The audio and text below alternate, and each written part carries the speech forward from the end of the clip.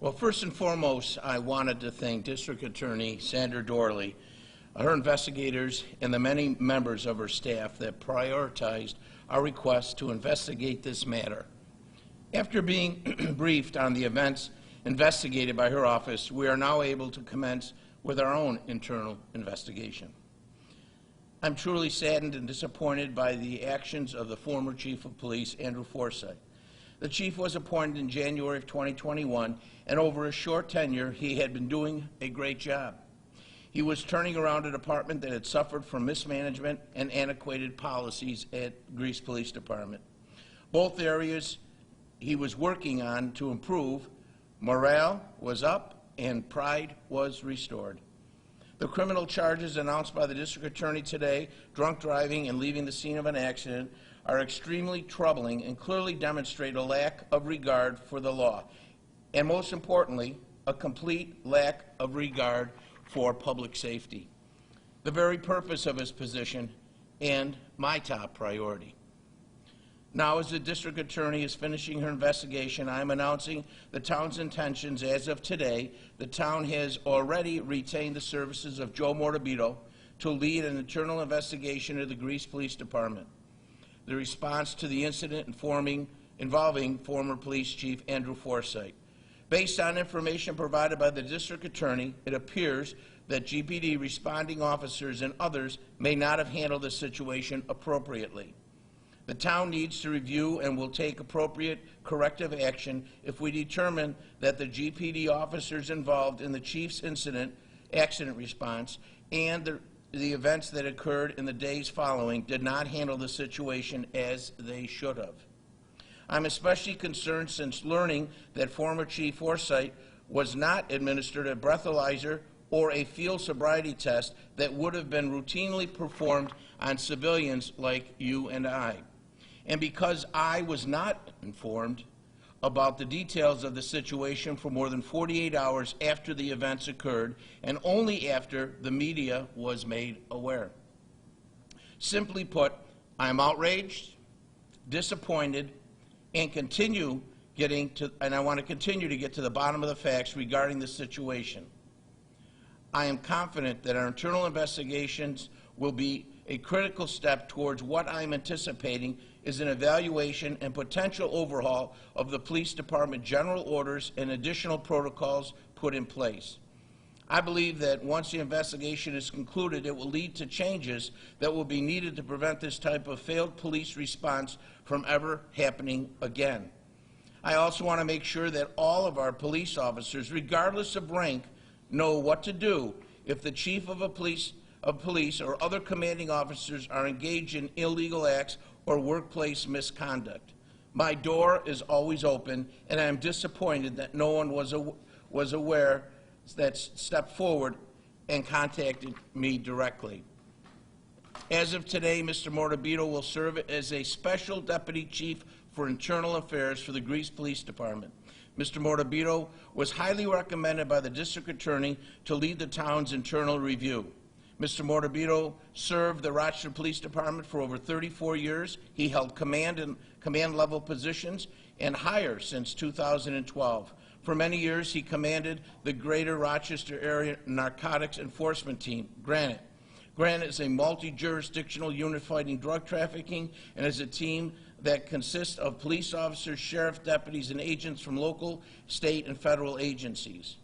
He held the rank of Commander of Patrol, overseeing all patrol operations, and Commander of Special Operations, which includes oversight of all special operation units such as narcotics, homicide, and tactical operations. In 2019, he was selected to be the Deputy Chief of Operations with the responsibility to oversee all of the operations of the Rochester Police Department. In his many years as a police leader, Mr. Morabito conducted and managed hundreds of complex investigations, many of which spanned across federal, state, and local agencies. He oversaw major homicide cases, investigated multiple officer-involved critical incidents. His credentials and character will be a tremendous asset to the town as he investigates the actions of our former chief and our police department. We are truly fortunate that a command officer of Mr. Morabito's caliber is willing to help the town to get to the bottom of what went wrong internally so that something like this never happens again. As I previously announced, after calling for and receiving the resignation of Chief Forsythe, I asked Deputy Chief Jason Helfer to assume the role of Acting Chief of Police. Mr. Helfer will serve in his assignment for as long as necessary to ensure the continued effective operations of the Greece Police Department. Shortly, the Town Board and I will begin to search for a new permanent police chief. I'm saddened to have to share that effective earlier today, we have suspended the 3 members of the Greece Police Department who actively responded to former Chief Forsythe's accident scene. As the investigation proceeds, more suspensions may become necessary. Acting Chief Helfer and I have put plans in place to maintain appropriate staffing levels. The residents of the town can rest assured that our department will continue to be staffed and our officers will be available and focused on safety and welfare of all the residents of the town of Greece. Your safety and the safety of your family has always been my #1 priority. Plain and simple, my objective is to get the answers so we can get to the bottom of what and how much went wrong the evening of the former chief's accident. This investigation will be a priority, and I will be updated at every stage of it.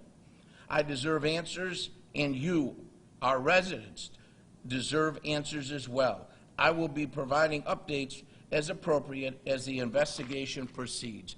And with that, I will take any questions you may have. I had the opportunity to speak with you on Saturday. That would have been roughly a day and a half after the crash. At that time, you told me that Drew Forsythe went into your office on Friday. It was actually Thursday. On Thursday. So he went into your office Thursday. About 4 o'clock. No. I didn't know the extent of it. What was told by Chief Forsythe to myself was, the reason why I know, after thinking about it, why I was around 4 o'clock or 4:30 Thursday, because we had town board Thursday night. And at 5 o'clock, the town board all comes in ahead of time. We get ready for the meeting. And he came in just before that. And at that time, he said, I want to let you know, I did have an accident. I swerved to avoid a deer. My question to him was there anyone else in the car? No. Are you hurt? Are you injured? Well, I'm a little sore, but that's it. I said, was there a police report made out? He goes, yes, there was. He goes, the car's in bad shape, a wheel came up. That's all I knew. And quite honestly, with a department of 100 sworn officers, unfortunately, vehicular accidents happen, I don't want to say frequently, but it's not unusual. Every couple of months there's usually something of some sort, certainly not of this magnitude, but I was not aware of the magnitude beyond that. But your deputy supervisor got a call at 2 a.m. Yes. Following the crash. Yes. Number one, she never called you after No, that's not what happened. What happened was, and the district attorney confirmed this, it was a 1-second call. That means I dial your number and I hang it up right away. There was no message left. There was no communication at all.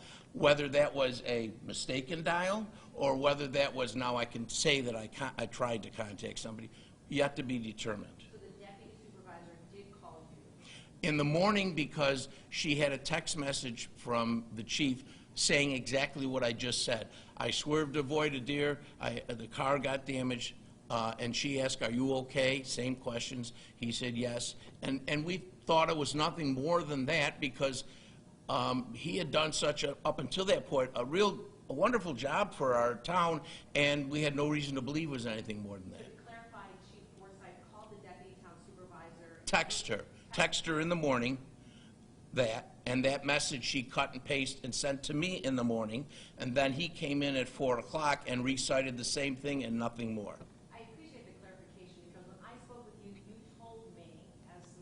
Serves me, that the chief spoke to the deputy supervisor, actually spoke to her and explained that he was in a crash. Well, at 4 o'clock he did, because she was in my office when he came in. But there was no 2 a.m. call? No, well, there was a call, 1 second long, but no communication, whether a voicemail, a text at that time, or any type of communication at all. Just to clarify, because you did tell me the following day that the deputy supervisor did speak to Chief Forsythe. She spoke, well, she got the text in the morning I don't know, 7 o'clock, 8 o'clock in the morning. And then he came into my office at 4 o'clock. The deputy supervisor was in my office as we were preparing for town board, and that's when he told us a very limited story. So there was no phone call? No, not a phone call in the sense of communication, correct. Yes, sir. Since former Chief Forsythe has been criminally charged, the 3 officers that were suspended, will they be charged as well? From the law enforcement perspective, the DA has done her work, and at this point, that's where it stands. We now will do an internal investigation, and that will determine if there's any further action, depending upon what comes out from that investigation. So they could be criminally charged? Could be. It's not off the table. This is not the first time your department has gone through something like this. Back in 2008, very similar case, and there were steps made to try and repair the damage, if you will, done. This is your second, Not my second, the town's. this is the town's second time. How can you explain that, and how do you restore the trust? Well, there is no excuse. It should not occur. And again, I was as surprised as anyone when the facts, and you actually educated me Saturday, I don't know, it was around 11 o'clock or whenever in the morning, about the additional details. That's the first I had heard. And that prompted all of us, you know, to go into high gear. This is a little different than what we were led to believe. As far as what happened before, the former police chief served time in jail. Again, it was before my time here. All I can tell you is you would hope that this, well, let me just say this. You would hope that nothing like this would happen or would ever happen again. We're going to put in place procedures. Right now, under the orders, it is a paramilitary organization, and I've since learned there was no provision in those orders to come talk to me. Not that they were prohibited, but they were always to report to the chief. When the chief was the focus of the investigation, it didn't lead them anywhere. We're changing that in the orders. My door is always open to all employees, including law enforcement. I have always, in the police chiefs that we've had, I have always looked at them as qualified and go handle the business of police work. I don't get involved. I'm not going to, that's not my role. But I'm going to be more involved, not in the law enforcement day-to-day activities, but I want to be briefed on internal investigations. I want to be briefed on any type of a criminal act or anything that's going on. I want to know everything ASAP. I should have been told if for whatever reason I was not contacted that night. No one really was from administration. But then at 9 o'clock or 8 o'clock the next morning, I should have had people in my office, and that didn't happen. The fact that he drove on one usable tire for several miles, no sobriety test, and he had 3 officers literally covering for him, shouldn't more have rolled through this? Well, I have suspended individuals as of now, and we're going to have Mr. Mornabito do an investigation thoroughly. We have to go by certain procedures because of contractual obligations and New York State law. We're following them, but we certainly are following to pursue this, exactly what you're asking. Absolutely, you know, I wasn't there, but from an outsider looking in, there certainly should have been certain things done that weren't done. I'd like to go back to the issue of trust. The day after the crash, the public information officer for the department told me a story that is vastly different than the one the district attorney outlined today. Almost every part, according to the district attorney's version, is not true, what the police information officer told me. How do you restore the trust in the media and in the residents? I think with the investigation that's commencing internally, what you're just describing will certainly come out, and whatever action, whether it's beyond a suspension, termination, whatever needs to be done will be done. We're going to restore the trust by eliminating the breakdown that occurred, and that's in procedures as well as in personnel.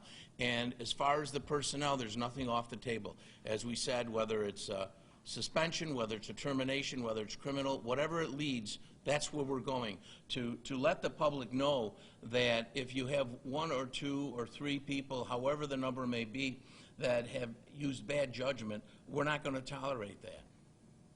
Could it be a culture issue too? It could be. It could be. As you said, there were difficulties in 2008, things that occurred. Some of that may have continued on, but, you know, at the risk of not getting involved in police work, because I don't want to certainly, you know, have anyone misinterpret that, I'm going to be more involved now to make sure that that culture is changed. We have to. We have no choice. At a time when there is great mistrust in policing, this has got to be troubling to you to deal with this. It is, especially when I am a person that backed the police 100%. Have done that in budget, have done that in any time I'm asked about our police department. I think it's the finest in the state. I still stand by that. I was proud when we had an arrest within a day or two of a murder earlier this year, when we had two children that were kidnapped, taken down to, I think it was Alabama, and within a day or two we wrapped that up. I'm very proud of the men and women in our department, and overall they're good men and women. But when somebody has a lapse in judgment and makes a mistake or commits a crime, whatever the case may be, we have to also deal with that. And that's how we restore the trust to the public, is by them knowing we're not going to tolerate this, we're not covering up anything, we're learning as much as we can so we can appropriately deal with this. Can you discuss the rank of the officers that are suspended? Yeah. The ones that were suspended today: Deputy Chief Casey Vogel, Lieutenant Andrew Potter, and Officer Evan Culpin. That's Kalpin. Casey Vogel, Yep, Deputy Chief Casey Vogel, Voelkl. I'm sorry, the second one was? Was Lieutenant Andrew Potter, Potter, and Evan Culpin And Evan, is an officer. officer, I'm sorry, his last name Kalpin. Thank you. Was he the responding officer that night? Yes, And the lieutenant, I'm assuming, also? yes. Deputy Chief Vogel's involvement? He oversees the road patrol and was contacted at the time. That night he was contacted? Yes. Did he respond to the scene? Not immediately. Meaning, when did he respond to the scene? Several hours later, I don't know the exact time. I know the DA's report has that, but somewhere between the incident and, 8 o'clock in the morning, somewhere in that time. Well, I heard what you said earlier. The former Chief Forsythe was turning the department around. He was doing good. He solved a few cases in the tenure he was here. Right. Knowing what you know right now, how do you feel personally yourself? Well, it's very disturbing because he is the third chief that I've worked with, and I would say up until the night of this incident was the best I had. He brought the morale up of the officers. When an officer was being recognized for some notable act, he would come in at 2 in the morning, 3 in the morning, and he would present them, congratulate them, thank them. If an officer was injured, he would call the hospital or call home. How is he doing? He'd check up on officers. I mean, the morale, something they had not seen from a previous chief. And it was really heartbreaking because we were in better shape than before he arrived, and then this happened. That really, it was more than just a misstep by a chief. It was a chief that I thought was doing a good job, and what I saw in the department, he certainly was. How has this impacted morale now? Well, I think they're all holding their breath to see where this goes, how it's dealt with, what this means, how it impacts every officer. As far as the public, they still support the Grease Police. It's a fine organization made up of fine men and women. We're 100 strong, so a few aren't going to change the opinion of people of the whole department. And especially since we're dealing with this in a swift, very methodical way that we're handling it so that we get to the bottom of this and we take action to correct this, whatever that action may be. How long do you anticipate the investigation to last? By law, it's a 60-day window from the time of the report, so it's certainly going to be some time shorter than that. It could go longer if necessary, but I don't anticipate that. I think the sooner, I think it has to be done thoroughly, and I do appreciate the district attorney. She made this a priority and put the staffing behind it to get this done thoroughly and swiftly. And I think we're going to try and have the same, because, you know, we want to deal with it. We want to make sure we get to the bottom of it, but we also want to then start moving on and putting the pieces back together. Would a search for a new chief be going on simultaneously with this investigation? I believe so, yeah. And that, I would imagine, will be individuals from wherever in the state. When did the suspensions begin for those 3 officers? Today, How long? until the investigation's done, and then there'll be a final determination. So, Yeah.